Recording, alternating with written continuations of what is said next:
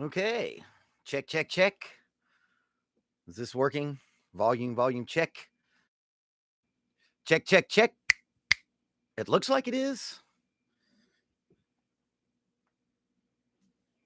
Check, check, check. Okay. I am going to assume that I've done the first live stream that worked from the beginning. So, anyone that's in here, please let me know if you can hear me before I go on to the channel updates and just to hang out with you all. I haven't done one of these since. Okay, yeah. You don't have $5 says you're good. Thank you. Okay, so what's happening, everybody? I'm Steve. Welcome back to Junk Drummer TV live stream. I haven't done one in a while. What's up, Miss Alicia? As you can tell by the sweet ass purple sweater that where I live, we are in the midst of a snowstorm, and all of my students got canceled today. So I figured I would do a bit of an update on the channel and just talk to you all. So, and man, I may get into a bit of a response to Rick Beato, who I love, but he put out another one of those videos that annoyed me a little bit. And I think as a smaller YouTuber, uh, he needs to hear it from someone else. But before that, so update on the channel. Of course, Drunk Uncle Radio is still going. I broke a promise when I started this channel. I said it would never really be about me playing music. Well, when I started this channel, there wasn't a pandemic and every venue in the country wasn't shut down. And the channel has all of a sudden, by mistake, kind of become about me playing a lot. I know during Christmas, I did like the 12 Days of Stevemas, which was just kind of my way to give a Christmas present to all the people who've asked to see me play. But now, with the Drunk Uncle Radio podcast, we've been doing most of the time a song per podcast, usually a song that you know matches up with what we're doing. And yeah, that's another thing that's happened. This Saturday, we're going to be doing the Primus episode, and yes, we're going to do a Primus song. I'm not going to tell you which one. I can tell you that it was a motherfucking beast to play. I was in the studio, and I'll probably a lot of those podcast recordings I haven't really had to do too many takes on, but I probably did. Damn, I did like 8 or 9 takes of that song. It's a beast. Yes, Mo Green Glasses. Promise does suck, but I felt like I really sucked when I was in the studio. I will tell you that it was a brain song. I didn't do a Tim Herb Alexander song. I've also have the first 2 of my next interview subjects for the Know Your Role interview show. I did 2 last year, and then I had a couple names, quote unquote names, kind of fall through. Oh, Alicia, you're going to finally get to see brother Jimmy play bass. If you've watched any of the Drunk Uncle Radio podcast, you've seen that Jimmy has played everything but his actual instrument, because there's 3 bass players on that show, which of course brother John can play everything and Jimmy can kind of play everything. So he ended up playing everything but his actual instrument. So yeah, Jimmy played bass on that. Damn it. Oh, the Know Your Role episodes. Yeah, I had 2 or 3 like big name guests kind of fall out and didn't work out, and I got super bummed about it. And I just kind of let it go by the wayside for a little while. So I have a pretty big YouTuber who's one of my favorite YouTubers. These are all going to be surprises on there. And then if you are a 90s radio rock fan, I have a drummer of a 90s radio rock band that's going to be, I think he'll be the next one, and the big YouTuber will be after that. Then I have, I keep I guess, jinxing myself because, man, Dave Abruzzese is playing with my emotions. He's come in my comment section, and I know it's him for sure, and has had me and has said, "Hey, I want to talk. I want to hang out." And he gave me his email, and I don't know if he like boomered up and gave me the wrong email. But I texted him once, and then he came on my comment section again and said, "Hey, I haven't heard from you." And I told him I sent you an email, and he said resend, and I resent it. So he's playing with my emotions. One day I will have Dave Abruzzese, my favorite Pearl Jam drummer, on here. Because he keeps, every once in a while, he'll just keep going into the comment section of the video I did from him and like spamming me. And I'm so fine with that. He'll come in and he'll spam with the new shit that he's recorded. He just did a new record with a really good band. I can't think of who it is right now, but I listened to it for a little while and it was actually like really good. And of course it is because of Dave Abruzzese. Also, I know I've threatened to do this and I'm still working on how to do it. I will always do the drum analysis videos because that's the bread and butter, but I'm looking to, I want to branch out. I want Drunk Drummer TV to be more than just those analysis reaction videos, which I'll always do. The next one I'm going to do is Fish because I haven't had a jam band on there yet. I did Carter Beauford, but I mean, is DMB really like a jam band? And I know that Miss Robinson hates Dave Matthews Band. I don't even have to ask. But I've been talking about it now through 2 live streams, and I'm trying to figure it out. I bought this roached out Premier drum set right before the pandemic. And it's a drum set that I've always wanted, but it's got a lot of work to do. It has a lot of work to be done to it, and he's completely ripped apart. I think I'm going to have to end up recutting the bearing edges. And see, that's something that'd be hard for me to film because I'd have to do that in my workshop, and I'm not really set up to do any kind of filming in my workshop. But I've been trying to figure out how to do that.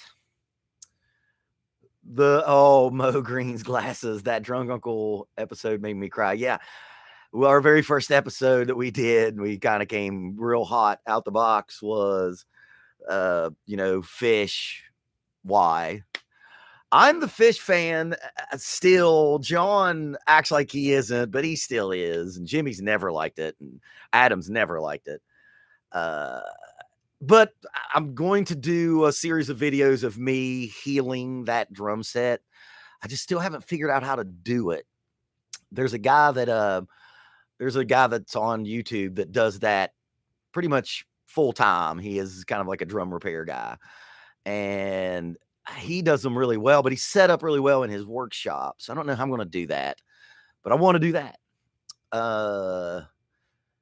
More playing. Oh, you know what, man? Sorry about my last live stream. I live streamed my band, my female fronted band, Miss Sasha.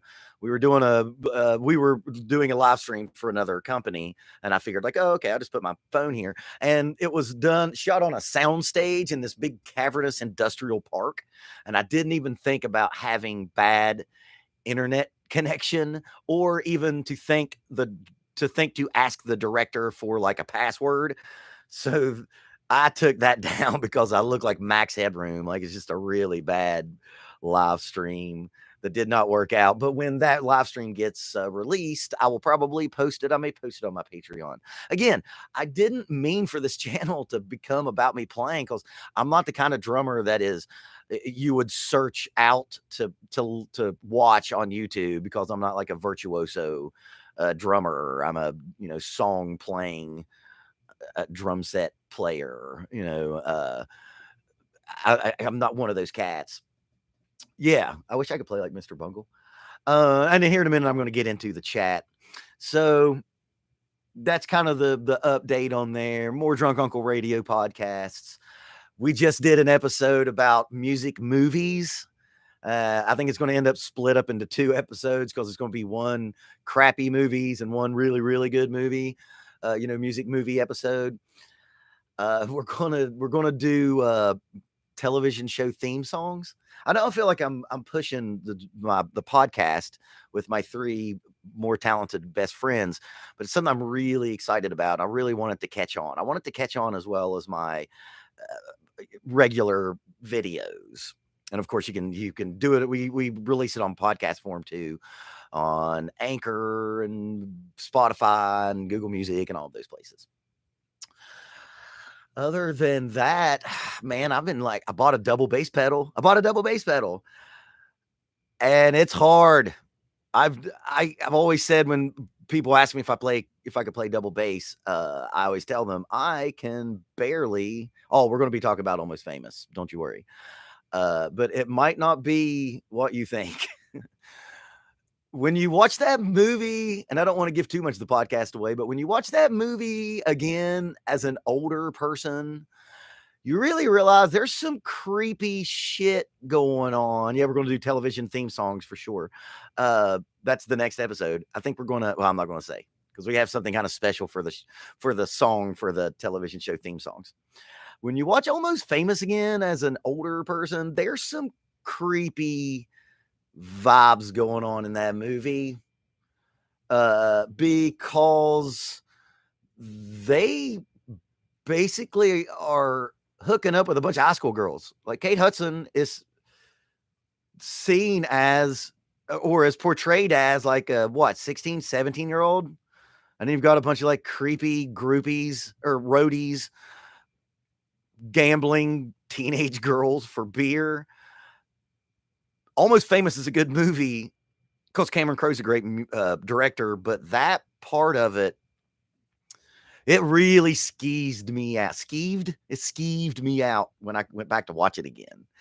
Because I watched it as like, 20 something, and you don't think responsibly or morally at that time. And it's like, this is a good rock movie. And it is, because I love Jason Lee. I love Kevin Smith. So anything that Jason Lee is in, I love. Billy Crudup's amazing. It's got a bunch of great people that you don't remember being in it, like Jimmy Fallon. But yeah, I couldn't get past it. It's fucking weird and creepy, Cameron Crowe, but it's a true artifact of the time because it was a different time back then. Tuxedo Cat, I'm glad you brought that up. Shit, I'm so glad you brought that up because that was one of the updates I almost forgot about. Fuck. When was the last time you watched The Last Waltz? I watched it a couple, like last week because, and I'm going to put the link in the description, I did a podcast with my new internet buddy, Ben Helsinger, with the Big Fat Five podcast, which is a podcast that is bankrolled by Big Fat Snare Drum, that company that makes those kind of gimmicked up products you put on top of your snare drum. It's actually, some of them are pretty good. The original version of the Big Fat Snare Drum is really nice. And he had me on because he saw my Levon Helm video, and I got to do the top 5 tracks of Levon's life. And got to really do because it's like an hour and a half podcast, do like a real big deep dive. It's weird not to have the deep dive sound from the Drunk Uncle Radio podcast happen here on Levon's life. And it was a really big honor for me. And we originally had scheduled it for like a few days after he had contacted me. And then I started freaking out. I was like, man, I need to fucking study. So I pushed it back a week. And I read his autobiography. I watched The Last Waltz. I watched that Robbie Robertson documentary. I watched Ain't In It For My Health, the documentary about him. And these are all things that I've seen and read many times before, but I really wanted to be fresh on that information. And I have to say, of everything that I've ever done on the internet, I've got like 140 some videos up on YouTube. If you include the Q&As and shit that I do for my Patreons. It's my favorite thing that I've done on the internet so far. So Tuxedo Cat, if you look up, I'm going to link it in the description after I get done with this stream, because I don't know how to do it right now. Even if I can, I don't know if I can. It's called the Big Fat Five podcast with Ben Hilsinger, and I'm the last episode. And then the other part of that is as much as I hate social media because I'm not on Twitter, I do have a Facebook. I do have an Instagram, unfortunately. But the Instagram really works out, and it worked out today because I sent that podcast to Levon's daughter, Amy. And Amy sent me back a very nice message, and she had watched it all, and she was thanking me for it. And she said that she knew that her dad would be very happy to know that drummers were still appreciating his work. So that really meant a lot to me. I've had a really big day, actually, even though I didn't teach and made no dollars. I got that message from Instagram from her, and that was wonderful. That's the other, man, I'm so glad you brought. If I'd have did this damn live stream and forgot to tell everyone about that podcast, I'd have been so pissed off, really mad. Yeah. So in the middle of that, I've had like a really busy last 2 weeks because I was preparing for the 2 songs that we were going to record for the Drunk Uncle Radio podcast, teaching 4 days a week. And now, luckily, my practice has kind of moved back to where it was pre-pandemic, which I guess we're still during pandemic. Is there a word for during? Like there's pre and post. Is there like, what would be the word for that? Is there a P word for the during? But yeah, last 2 weeks I've been preparing for that Promise song, and holy shit, that's such a beast of a song. And then the other song that we're going to do for the music movies podcast. And then every waking hour listening to everything that Levon played on and watching all of those documentaries, as well as trying to read that book. It's almost like I was in college. It's like I was in college and I was cramming for a test about the band and Levon, which was really fun. Ugh, I hate to be that guy. I have a record player like everyone, like all audiophile music people. And that word audiophile, I used to call myself an audiophile a lot, and I know I just did, and I hopefully came off like the joke that it was. I was at a party once, and I watched this dude, and he was like hitting on a girl, and I'd called myself an audiophile forever, and it was kind of my way to be like, hey, I appreciate the recording artistry of music, right? That was what I thought it was. That's what I thought it sounded like. But then I watched this dude at a party once.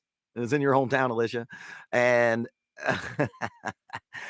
I watched this dude like kick game to this girl, and he's just like, yeah, I really consider myself an audiophile. And I was like, oh no, I probably sound like a complete dickhead every time that I said that out loud. Anyway, I dive as I go back to what I was trying to say. I was listening to the band in my car and on MP3, and then I dug out the Brown album. I've got that vinyl and I put it on, and I've got a really nice setup. I've got like some big ass 80s Magnavox speakers, and I've got a really nice receiver and record, and holy shit, does that record sound better on vinyl. It really does. Like, I know that it's fun to make fun of hipsters joking about how vinyl sounds better, but it does, because I'd listened to the Brown album like the day before in my car, just on. I use Napster. I don't use Spotify because Spotify can kiss my ass. It was a few blocks away from there, Miss Robinson. I was at a house party that may have started at a gig there, but it's that crowd. It's that same River City intelligentsia, smell your own fart crowd. Of that, well, I just wanted you to know that, like, I'm really an audiophile, because that's a way that you get a girl to want to go home with you, is to let her know that you understand and appreciate good gates and compression on a snare drum. But yeah, that was probably the first time I'd listened to a recording on MP3, and then right after on record. And man, it's such a big difference. The thing about that era is, that those songs, and I have one of the original. I don't have like a reissue. I have an original. That's the one. Well, okay, Tuxedo Cat. That track is on that podcast. So yeah, you'll hear me gush about Lookout Cleveland. But that band record, and it's not a reissue because it's an original pressing. That stuff was mixed to sound like it was on a record player. And that's why, of course, it sounds better. And it did. I was blown away. It's like, oh, fuck. Those pretentious hipsters aren't wrong. They just they really don't know. It's just kind of a hip thing to be like, hey, I only listen to shit on vinyl. My favorite vinyl joke is when Wilco was on Stephen Colbert, back when Colbert was funny. And they had Wilco on, and he said, he announced that they would be on later, and he said that only true fans of Wilco will listen to this interview on vinyl. And it was such a way to scorch that scene, that that hipster vinyl thing. And man, it does. Vinyl does sound better. Let's go through the chat here and talk to some people. I haven't talked to y'all in a while. What's up? King Fagan. King Fagan. Is that King Fagan like Donald Fagan? Yeah, I'm going to talk about Rick Beato here in a second because I love him, but like I've got some Festivus things I got to talk about. I got some problems with you people. Musical music, man. What's happening? What's going on, man? It's great with this kind of small little community that I have in the dank corners of YouTube. I get to know all these people. Tuxedo Cat, you've been there from the beginning, brother. Rick Beato. Let me preface this. He's my favorite music YouTuber. I think you've heard me talk about this before. If you watch any of my other channels or any other of my videos, that he is the Gandalf and Dumbledore of music YouTubers. His knowledge it's unbelievable what he knows. His ear's great. He's been in the industry for decades. Dude, this is not a burial. I just really want to get this off my chest. And it's got to do with that last one, which, he just had Chris Jericho on, which makes me love him even more. But I love Rick Beato, but he's got to be reminded that he is being tone deaf to a lot of other YouTubers.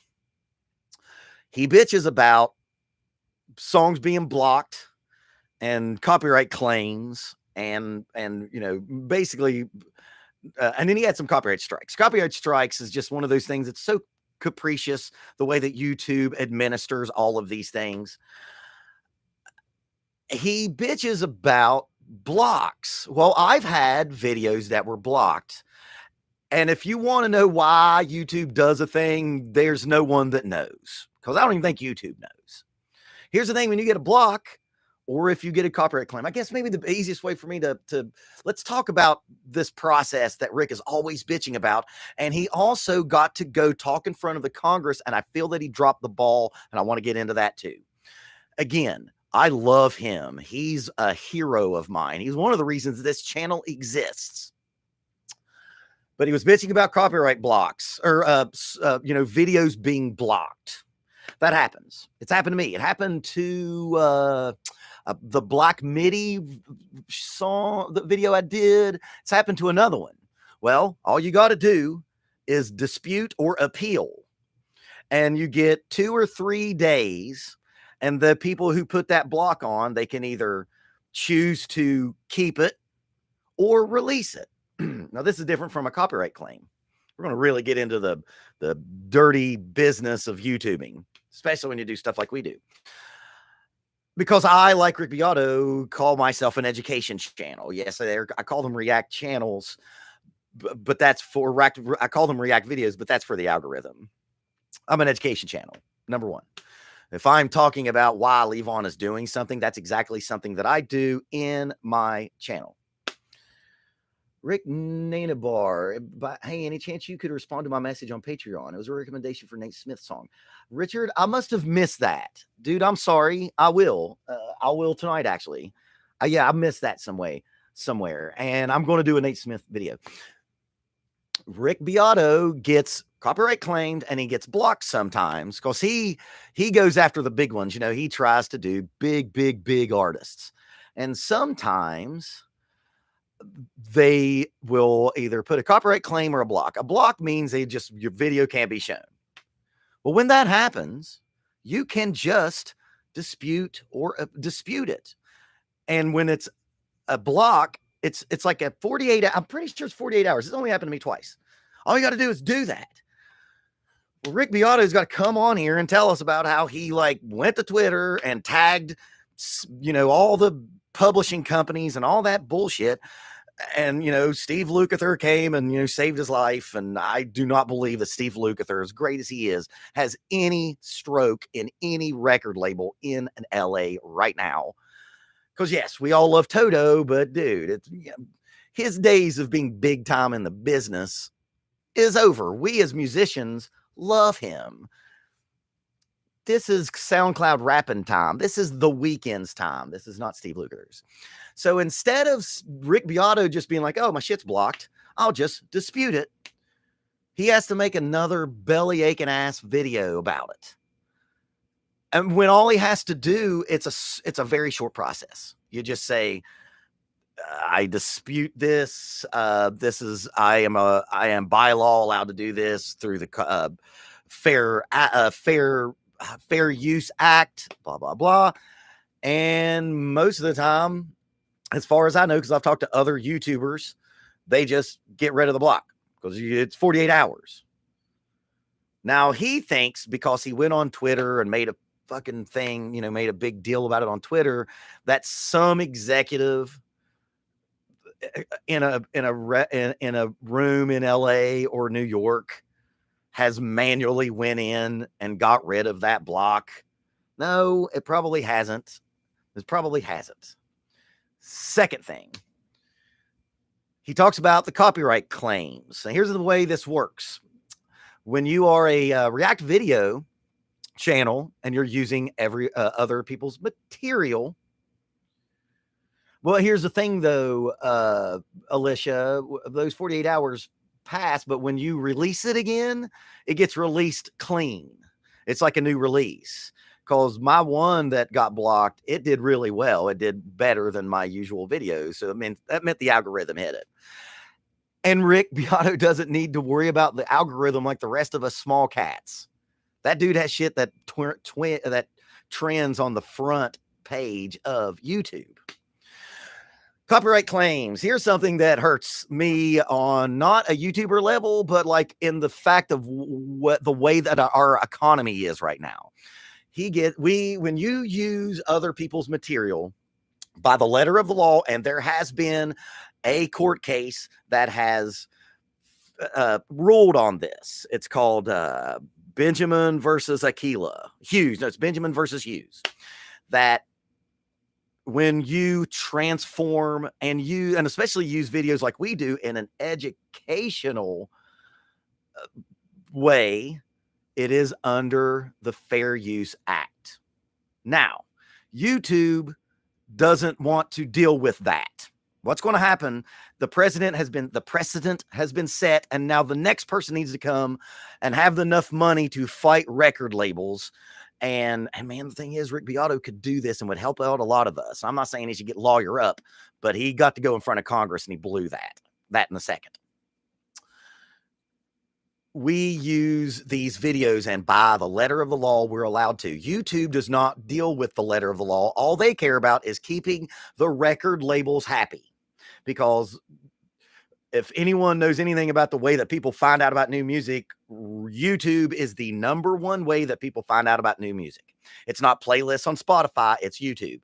So it's in YouTube's best interest to keep a relationship with those record companies, even if it is breaking the law.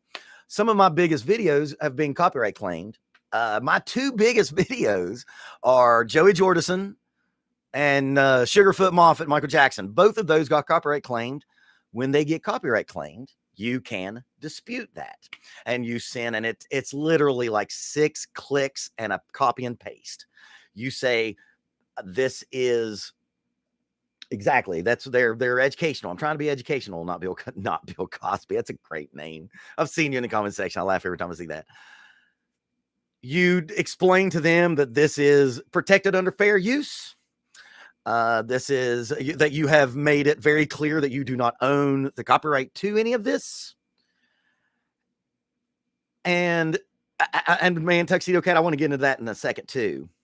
Man, I didn't want this to turn into get off my lawn, but I love him so much, and he's really dropping the ball when he has all the power. He has to be. Isn't he like the biggest YouTube educational channel? Right? I think YouTube. It is into their best interest to keep those record labels happy, so they can keep using their content.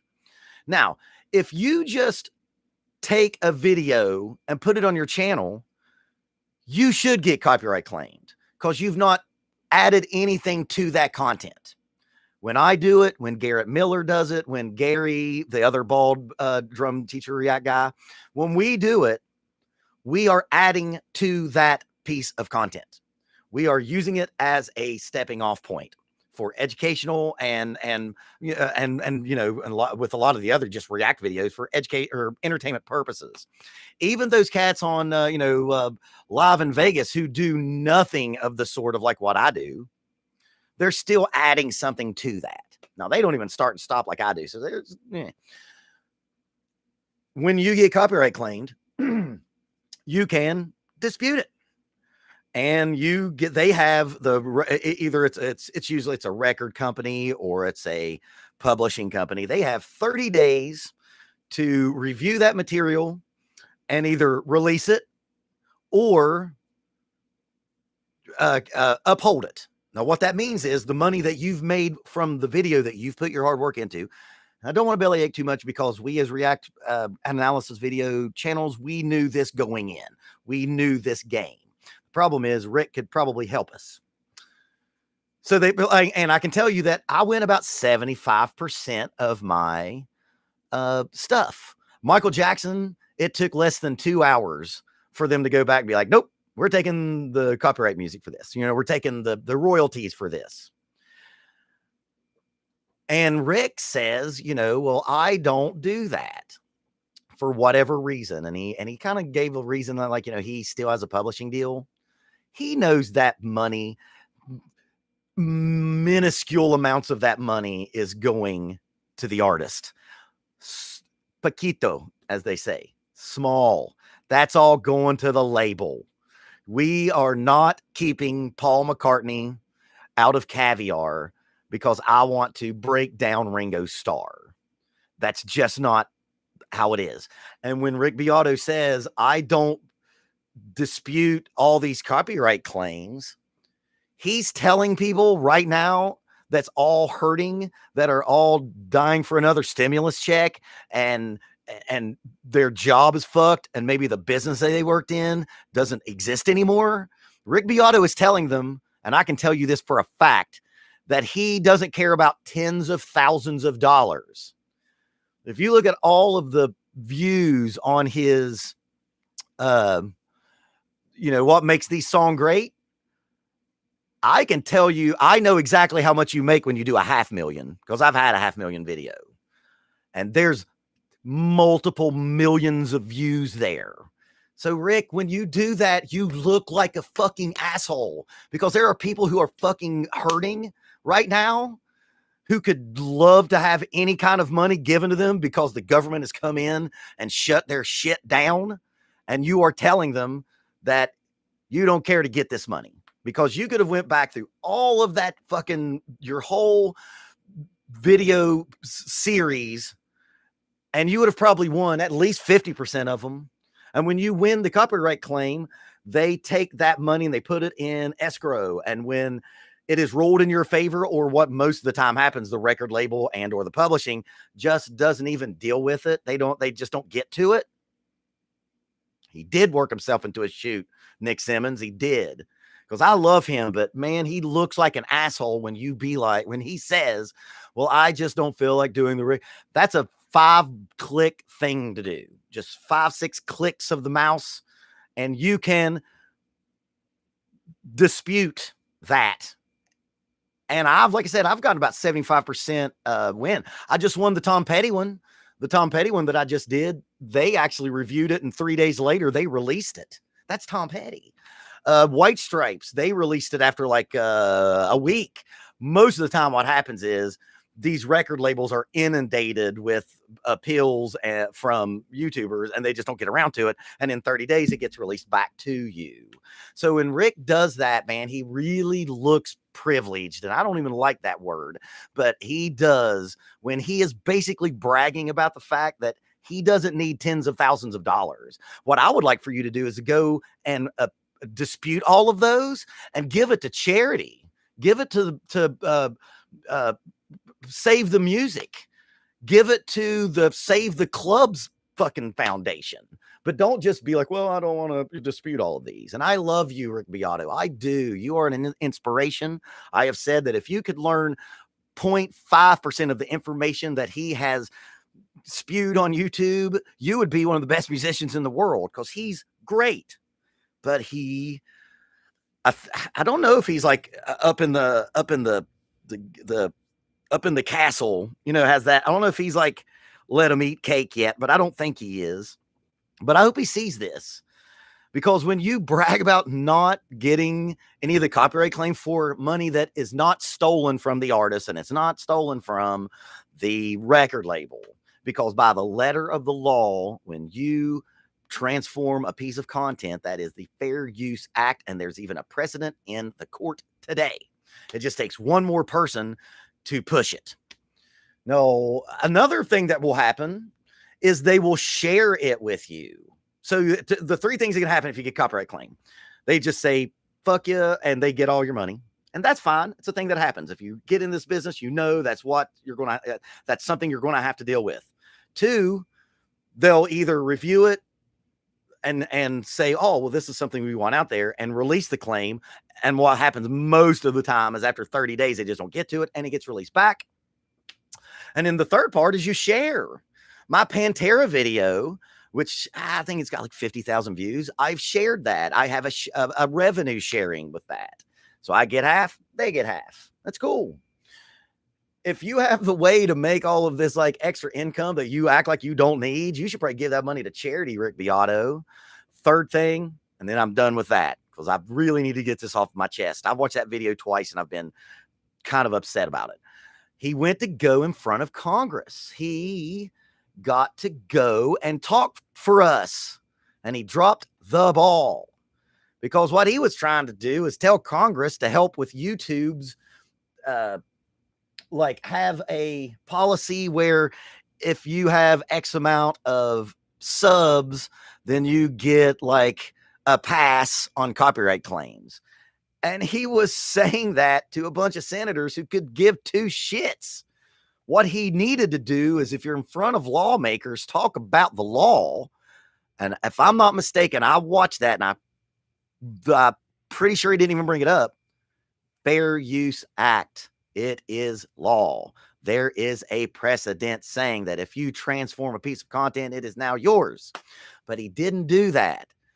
I'm glad that he got to do that. I'm glad that like the YouTube educational React analysis type cats got on the radar of the Congress. But come on, people, you know anything about our Congress? They don't fucking care.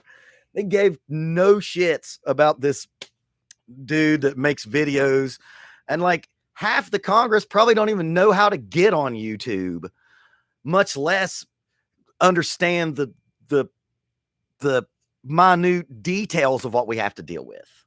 So that is my Rick Beato rant. Rick, you don't have to go through Twitter, and you don't have to name drop Steve Lukather. You just have to dispute your copyright, your blocks. You just dispute it. And in 48 hours, they release it, or they don't. And we know that that's what we're getting into. Two, you can't tell us about how much you don't try to get the money from the copyright claims that is yours. By the law, that's yours. And you would win 50 to 75% of that. And I'm talking tens of thousands of dollars that you would get, or you would have gotten, if you'd have done it at the time, because that stuff stayed in escrow. And most of the time, after 30 days, they release it. And today, in today's day and age, is not the day to act like you don't care about a good portion of cash, because we all need cash right now. Hell, we needed cash before the pandemic. And in the third part, I'm so glad that you got to talk to Congress, but you dropped the ball because you did not tell them that we are being fucked by the industry, which he's in the industry and I'm on the outskirts of it, which is, of course, not a surprise, but maybe you could have moved the needle a bit. Hell, this last stimulus bill, they put in a fucking law that if you use Twitch to do what we're doing on YouTube, you can go to jail. So you can make the needle move. So I feel so much better than I had to get that out before I watch any more of his content, because I do want to watch him talking to Chris Jericho, because I love Chris Jericho. So yeah, whew, man. Sorry about that, y'all. Yeah, okay, so let me go through here, and then we're going to wrap this up, as I worked myself into a shoot here.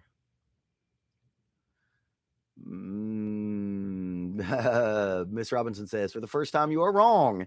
I was a huge fan of the first two DMB albums and the live double disc with Tim Reynolds. I spent a lot of time in Blacksburg in college. That is very surprising, because I saw where you buried Weezer the other day, and I've got some problems with you about that. But I would not expect you to like them. Weezer rules, man. It's fucking Weezer. Musical Music says, I just listened to all of Mr. Bungle's albums, which feature Mike Patton. Of course I did, because it's Mike Patton's band. And let me just say that his drummer is a beast. You should check them out. Oh, dude, I've talked about Mr. Bungle a bunch. I saw them on the California tour. I fucking love them. Musical Music, Rock and Roll High School is a fucking great movie. Yeah, it had the Ramones theme song in it. Let's see.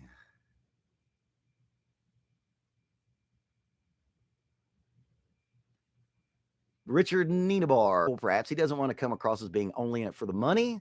They also tend to rub people the wrong way. The thing is, you don't have to, he doesn't have to air any of that out. He doesn't have to air any of that. He doesn't have to talk about how he doesn't want to copyright claim. He could just not say anything. You know what I mean? And I can't see being upset with someone who's putting a lot of time into videos, man. When I do a react video, that's a 3-4 hour process. Wanting compensated for your work, and on YouTube, you're getting this shit for free.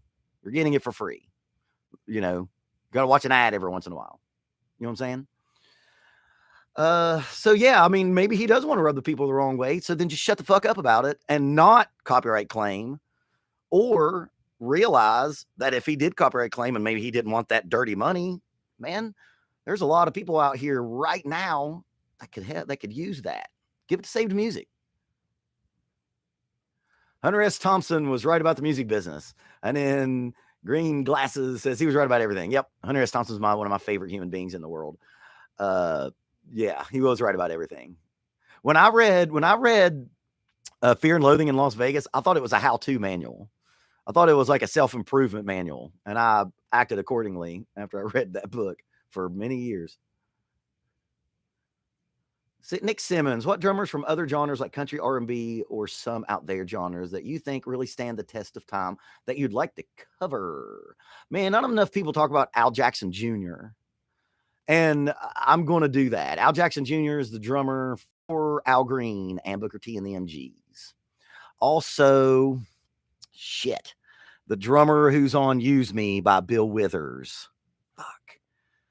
I can't think of his name right now, and I don't want to get on my phone. He's another one of those cats that doesn't get enough love. What is his name? Country man. One of my favorite drummers is the guy that played for Marshall Tucker Band. His name's Paul Riddle. And if you're from the North, you'd hear Marshall Tucker and think it's country, but it's not. But he doesn't get enough love. I can't believe I can't remember the drummer on Use Me by Bill Withers, but he's one that needs to have more love. Palmer Smith, drunk drummer. Love you, man. I love you too, man. James Gatson. Thank you, Richard Nienabar. Fuck, yes. James Gatson. Oh my God, he's good. And he's not loved enough. Right? He's loved by drum wonks like us, but he's not known enough. Like, he's not somebody that's in the Modern Drummer Hall of Fame. Like James Gatson should be in the Modern Drummer Hall of Fame. Al Jackson Jr. should be. Levon Helm should be. You know what I mean? So, yeah. And Paul Riddle maybe should be in the Modern Drummer Hall of Fame. but he definitely, I think, should have more love. And I'm probably going to have to do that. I'm going to have to do a Marshall Tucker for all you Yankees. Palmer Smith, I used to play Carry Stress in the Jaw on the jukebox all the time when I served at BW3s. Good man. Oh my god. Yeah, you'd have to say that B-Dub threes isn't the target market audience for Mr. Bungle songs. I love that shit, man. I'd love to have been there to see that go down. Tuxedo Cat, have you ever seen a young, inexperienced drummer do something you couldn't figure out on drums? Man, what an interesting fucking question. Let me think about that. Man, that's great. That's a good fucking question. To an hater says, nice sweater, man. Looks warm. It's cold here, man. I went out to my car today and there was like a 2-inch layer of ice all over my Honda Element. I'm on premium. But yeah, I get money from you too, Richard. Like when I get my AdSense at the end of the month, I get like the what I got from the premium thing. And man, it's not just about money, but kind of like when during the pandemic, you people that watch me say, and Lord Raging Iguana, hold on, y'all saved my ass because I went from teaching 50 to 55 students a week to fucking like 16, and my YouTube money exploded March, April, May, and June. Had the best months of my life.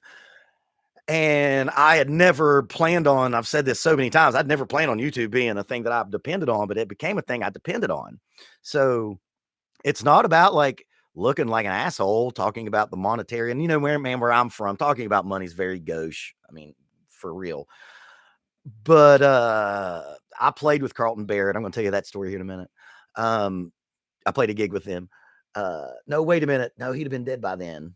I played with the Wailers. I don't know if it was him, if he would have been there. I played with the Wailers at a jam band festival in like 02. So I don't know if Carlton, that's Family Man, right? Family Man. I don't know if Family Man's still alive. But going back to that, yeah,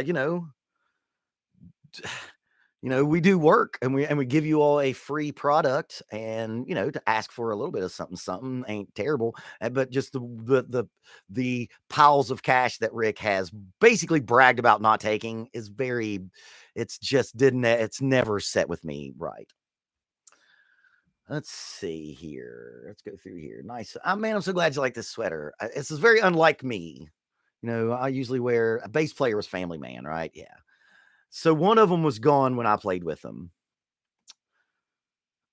Thought this live stream was going totally different direction. Glad you're reaching out, making vids. Man, I had to do it. Ronnie Tut does deserve love for sure. Chick Corea, R.I.P. Chick Corea. Man, I'm not the biggest of fusion guys, but one of the best things that I ever saw was I saw him and Brian Blades and Christian McBride. And I remember like one of my buddies asking me about it. And I was like, I'm not smart enough to tell you what I just saw, but I just know it was like some highest level shit that I've ever seen done. Yeah, man, Chick Corea. Probably the most stuff I listened with him was when he was Miles. So yeah, I played with the Wailers at a jam band festival in Pennsylvania, and we walked into the green room, and I know that Carlton was live and Family Man's gone, or one or the other. But we walked in, and Jamaicans don't pass the adult stage. They just roll their own and keep it. So we came in and was like, hey, we like these things.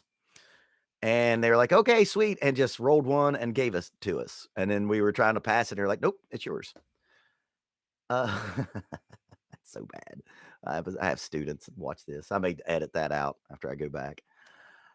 Lord Raging Iguana, how long did it take you to find your perfect pair of stick? I've been playing almost 20 years. I'm still hunting. Man, it took a little while. The thing is, what sucks now is the stick that I like is discontinued. So I am in the process of trying to figure out a way to have them custom made. I use the Illy B Regal Tip Illy Bs, which is the Billy Martin signature drumstick, and they're discontinued. And I have now purchased every pairs of that I can find of that. I've now purchased illy bees on 3 different continents. I have about 40 pairs right now, but I've got to figure out a way to get that reproduced because it's the perfect drumstick. Richard Ninabar, you think I'm way bigger than I am. You ever going to do a collab with Adam Neely? I mean, those cats don't know who I am. Adam Neely is a lot of fun. I like his channel a lot, but yeah, man, I'm small. I'm very small. I'm down here in my little dark corner of YouTube, and I probably lost a bunch of subscribers burying Rick Beato for 15 minutes. But yeah. Nick Simmons says, keep the story in. I got offered to smoke with George Clinton's band. Well, okay, that's funny because George Clinton was on that festival too. So we were the jabroni local yokels playing during the day, and it was George Clinton, and he was playing with Drugs, a band called Drugs. It was George Clinton and Drugs, which is the most apropos name for any band you've ever seen. And I've got a story about that I'm not going to tell. I'm not going to tell the George Clinton. You're going to have to go to Patreon to get that story because I'm not telling that story on YouTube. I do have a George Clinton story. My story with the Whalers is, man, those cats are very generous with the things they hold dear. To Tuxedo Cat asks, who was the female singer on your Christmas tune? She's great. She is great. She's phenomenal. She's the girl that I play with. Her name is Sasha. I'm not going to tell you her last name or the band name of the band because I'm trying to stay anonymous. One day y'all fucking figure it out, but until then, I'm going to stay anonymous. Yeah, I've played with Sasha for 7-8 years. She's maybe my favorite gig I've ever done. She's great. She's really great. And when you watch that, that's the second take. She came into my house. I set her up in front of my Christmas tree. She sang it once, and I'd fucked up the capture, and she sang it again. Two takes, man. Just 2 takes and go. 2 and a hater. You buried Beato. I did, but I couched it. I hope I couched it enough in saying that I love him, but some of his things that he decides not to do makes him look a little disconnected. Lord Raging Iguana says, been listening to a lot of Megadeth lately. Never realized how awesome Gar Samuelson was. Criminally underrated drummer. Yeah, man, Megadeth has had all kinds of great drummers come through. Shona Nation. Why are you keeping your band anonymous? Because I'm trying to stay anonymous. It's more important for me to have my privacy than to promote my band. You know, my band is big in our little ecosystem in my little area, and that's good enough for me. If I ever get outed, and I really don't want to be outed, I don't want people to know who I am, other than what I choose to give you. It's a Southern thing, man. We just are very private down here. We just kind of, and I know it's the dumbest shit ever to be a YouTuber and to try to be anonymous, but it is. You know, even when I did that Leaf on Helm podcast, the guy was like, so what's your last name? And I was like, don't use it. Like, just say Steve from Junk Drummer TV. You know, I would probably get some decent promotion for those bands, but I want those bands to just be, to stand on their own. You know what I mean? You think we're going to show up at your house or something? Nah, none of y'all coming to where I live. Not where I'm from. Ain't nobody coming down here. You know, most of y'all don't even wouldn't even know this place exists. But no, it's just a thing, man. I've always been like that. Like I'm the guy that when a band does an interview, which is funny because I have a YouTube channel now. Anytime a band would do an interview with a magazine or newspaper or on the radio, I usually didn't do it. It's just me. It's a Southern thing, man. If y'all ain't from down here, y'all don't understand. But I think we're gonna wrap up the live stream. Yep, I live in Bucksnort, Tennessee. Absolutely, that's where I'm from. But yeah, thank you all for watching again. Thanks for listening. Richard Ninabar, I will tonight go on the Patreon and answer you, brother. And thank you for being one of my Patreons. And I'm going to get to him eventually. I just have a big long list of shit to get to. So I guess that's about it, man. I am going to do more live from the studio stuff. That's another one, another update I forgot. I am going to do another one of my, I'm going to call them warts and all. And it's going to be me in the studio recording a song. And the song I'm going to do this time, I'm going to use a song that me and brother John wrote, so I won't get copyright claimed. And I'm going to show the process of recording that song. And you're going to see me mess up. You're going to see me hopefully play some good shit and show you the process that goes with that. And then X amount of days later, you'll get to see the finished product when the fellas put all their shit on top of it. Man, that Rush thing, I can tell you this, Geddy Lee saw it and he said it was beautiful. Geddy Lee, I could show you the screenshots, but I'm not going to.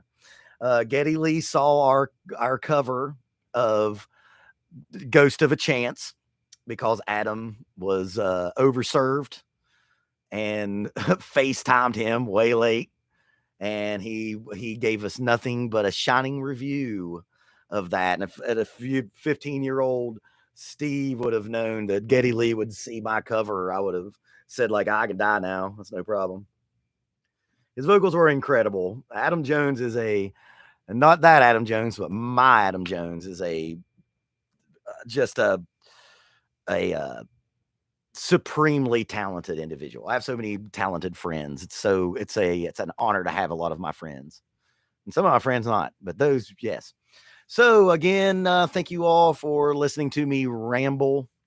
Be on the lookout for my new Know Your Role episodes, 2 interviews coming up, and maybe a third one that could be a big one for me. More Drunk Uncle Radio podcasts every Saturday night. We are in the chat at usually 9 p.m. Eastern, 8 o'clock Central, 7 o'clock Mountain, 6 o'clock, right? Did I get all that right? Then I'm going to be doing the revamping a roached out drum set as soon as I figure out how to do it. Please check out my podcast that I did on the Big Fat 5 podcast with me talking about the 5 tracks that mean the most to me about Levon, mean the most to me of Levon Helm playing. And then be on the lookout in the next month or so of the Warts and All live stream, where I will be cutting a song in the studio that is an original that you will have never heard before. And you will see the actual real process of how a video is supposed, or how a recording process actually is. Because I think a lot of people see these really nice finished, polished products on YouTube and think, well, that drummer just played that shit through once. Well, if you've been in the studio, you know that's not how it is. And I'm gonna pull back the curtain and let you know how it actually gets done. And we know we might see some punching in. If you don't know what a punch is, we'll talk about that. So everyone stay safe, stay warm. I hope everyone is doing as well as you possibly can under these shit circumstances. I hope everyone's getting to work. I know Miss Robinson wishes that she didn't have to go to work, but I love you all, and I do mean that, because you all get to let me do a thing that I love, and you allow that to happen. And I can't thank you enough for that. And I want you all to be cool. And I will see you all Tuesday when we're going to react and analyze John Fishman of Fish. I'll see y'all cats later.